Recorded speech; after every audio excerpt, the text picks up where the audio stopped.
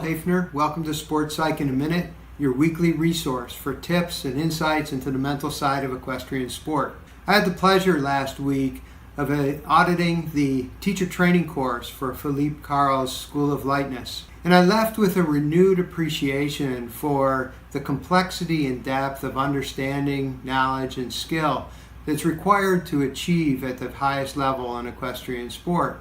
I also left thinking and wondering about some of the traps that we set for ourselves along the way, and I want to share two of them with you today with some ideas about a pathway forward. The first trap is I'm going to call the hopelessness trap, or perhaps the complexity trap. Sometimes we get ourselves in a situation where we focus way ahead down the road towards our long-term goals, and perhaps we're riding with an instructor or taking a clinic, or we're watching a video or reading a book, and we're surrounded by someone who is presenting things that we are not yet able to do. And at times we can get ourselves into a negative thinking cycle about how we're never going to be able to do that. That's too difficult for us. That's too far away. We've been working at it so long, but we have so much more to go. And we can get ourselves feeling hopeless about our prospects of attaining or achieving our long-term goals.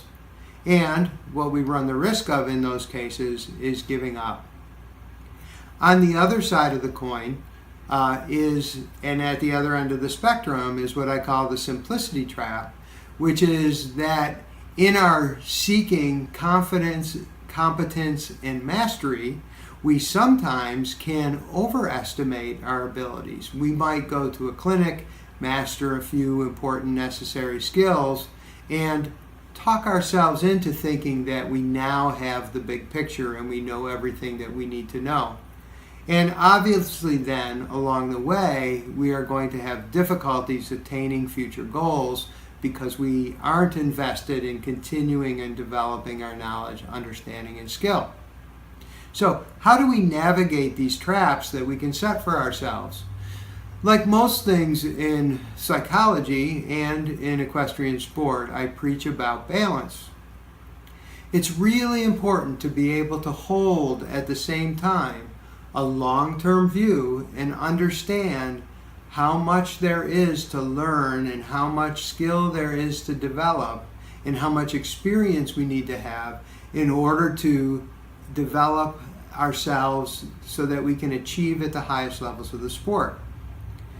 At the same time, while we hold on to that, we need to understand that we can only work on what's in front of us now. And to be able to identify one or two or three things that we can work on right now that will take us one step further or two steps further down the road towards our long-term goals. That's a very important role for a trainer or instructor, or in my case a consultant, is to help keep our students inspired by the vision of the long-term goals. Help them be inspired by understanding that there is so much to learn and remind them that they can learn it.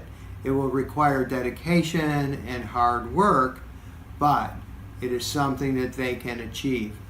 And then on the other side of things is to help them understand or select one or two or three things today, this week, that they can work on that's going to take them one step further down the road towards their long-term goals. That's Sports Psych in a Minute. We'll see you next week. Catherine here from Horse World Connect. I hope you enjoy listening to our equine experts and interviews from horse-related business owners. Be sure to click on the next one to learn from or about a business you might not have heard of yet.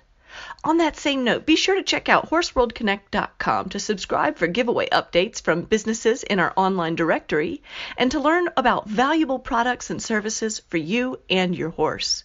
We look forward to connecting with you on Facebook, Instagram, LinkedIn, Twitter, or back here for new weekly podcasts.